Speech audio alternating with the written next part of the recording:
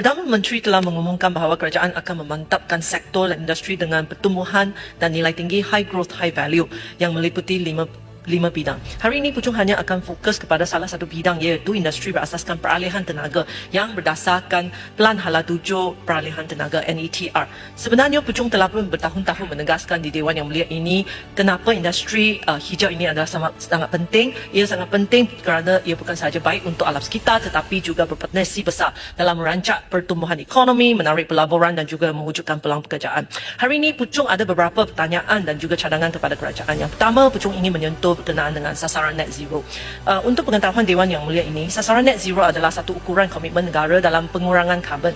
Sesebuah negara mencapai net zero apabila pelepasan karbonnya diimbangi ataupun kita kata offset melalui singki karbon semula jadi seperti hutan dan bakau ataupun carbon storage ataupun pasaran carbon credit. Sasaran net zero Malaysia yang diumumkan oleh Yang Berhormat Bera pada tahun 2021 apabila RMK 12 dibentang ialah Malaysia menyasar untuk mencapai net zero seawal-awalnya 2050. Ini adalah soft target kerana komitmen menggunakan perkataan seawal-awalnya 2020. Maksudnya apa? Selepas 2050 pun tak apa. Rancangan yang sistematik tidak boleh dibuat jika kita hanya menggunakan soft target. Sejujurnya, net zero menjelang 2050 kalau ia adalah firm target dengan izin bukan adalah satu sasaran yang mudah dicapai. Sebenarnya, kebanyakan negara yang menetapkan sasaran net zero by 2050 adalah negara maju seperti Amerika Syarikat, United Kingdom, European Union, negara New Zealand, Australia, Korea, Jepun dan Kanada. Bagi negara membangun pula, China menetapkan net zero menjelang 2060 dan India 2070. Jiran ASEAN kami adalah Vietnam 2050, Indonesia 2060, Thailand 2065. Pada pendirian Puchong, berbanding dengan menggunakan soft target 2050, saya harap kerajaan boleh meletakkan satu firm target yang mungkin lebih lewat daripada 2050, mungkin tidak. Kita perlukan kajian yang lebih terperinci. Firm target adalah sangat penting supaya satu pathway to net zero boleh dilakar dengan lebih teknikal dan lebih terperinci dan industri hijau boleh merancang apakah projek yang mereka boleh buat dalam pathway to net zero ini. Dalam isu yang sama, Puchong ingin juga tahu perkembangan terkini Voluntary Carbon Market VCM. Saya juga ingin tahu apakah perkembangan terkini berkenaan dengan Nature Conservation Agreement NCA yang telah pun ditandatangani antara Kerajaan Negeri Sabah dengan syarikat yang namanya Hop Standard. Ini adalah kerana Sabah memiliki hutan ataupun singki karbon yang sangat signifikan. Apa-apa perjanjian yang melibatkan perdagangan carbon credit antarabangsa akan memberi kesan kepada National Determined Commitment NDC Malaysia dalam Paris Agreement dan juga sasaran net zero. Isu seterusnya Puchong yang ingin bangkitkan adalah berkenaan dengan 10 flagship project NETR. Menteri baru-baru ini telah pun mengumumkan antara flagship project NETR fasa pertama ialah floating solar berkapasiti 2.5 gigawatt di Dam Hydro TNB. Floating solar on hydro dam adalah satu konsep yang saya rasa agak inovatif di mana penjanaan tenaga oleh solar panel, penstoran tenaga melalui dam boleh dibuat dan dengan ini tenaga solar boleh membekalkan tenaga secara berterusan.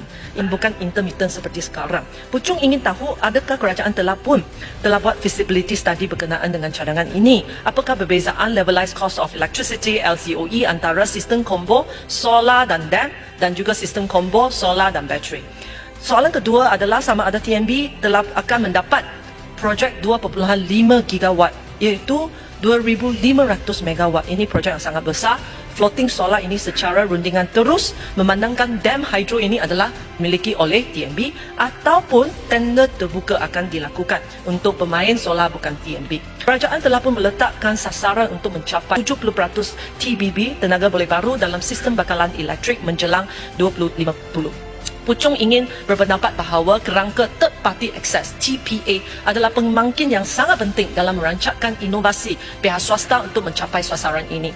TPA membenarkan penjualan B2B iaitu pemain TBB boleh menjual TBB secara terus kepada syarikat swasta melalui grid nasional dengan membayar wheeling charges. Dengan ini kita boleh membuka ruang yang sangat besar kepada solusi-solusi inovatif yang kerajaan kita tak dapat bayangi. Kalau kita boleh open up the grid, kita boleh membuka ruang ini untuk solusi-solusi inovasi ini. Puchong Pucung ingin tahu bilakah kerajaan akan membentangkan kerangka undang-undang TPA bekalan elektrik di Parlimen.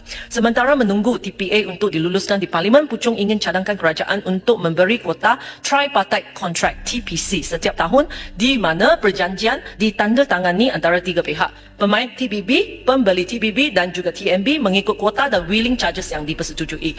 Kerajaan perlu menjadi facilitator untuk TPC kerana TMB tiada insentif untuk memberi akses grid mereka bagi tujuan B2B yang tiada menguntungkan mereka.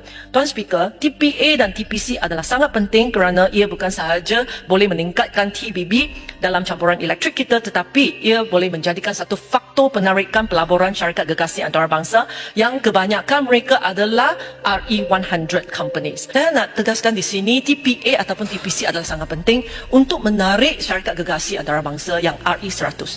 RE100 ini adalah satu di mana mereka mahu semua elektrik yang mereka guna adalah daripada sumber TBB. Kalau kita dapatkan tenaga daripada grid, ia adalah campuran elektrik dan yang bukan 100% TBB. Untuk mencapai sasaran mereka RE100, kita perlu buka grid nasional, buka grid kita supaya TBB, penjana TBB boleh menjual 100% TBB melalui grid kepada pembeli ataupun syarikat-syarikat ini. Saya rasa ini adalah sangat penting and it will differentiate Malaysia from other ASEAN countries. Saya harap kerajaan boleh boleh mengambil perhatian tentang apa yang kita buat. Bukan sahaja kita nak polisi untuk dalam pengumuman, kita perlu ada detail ataupun perincian yang susulan.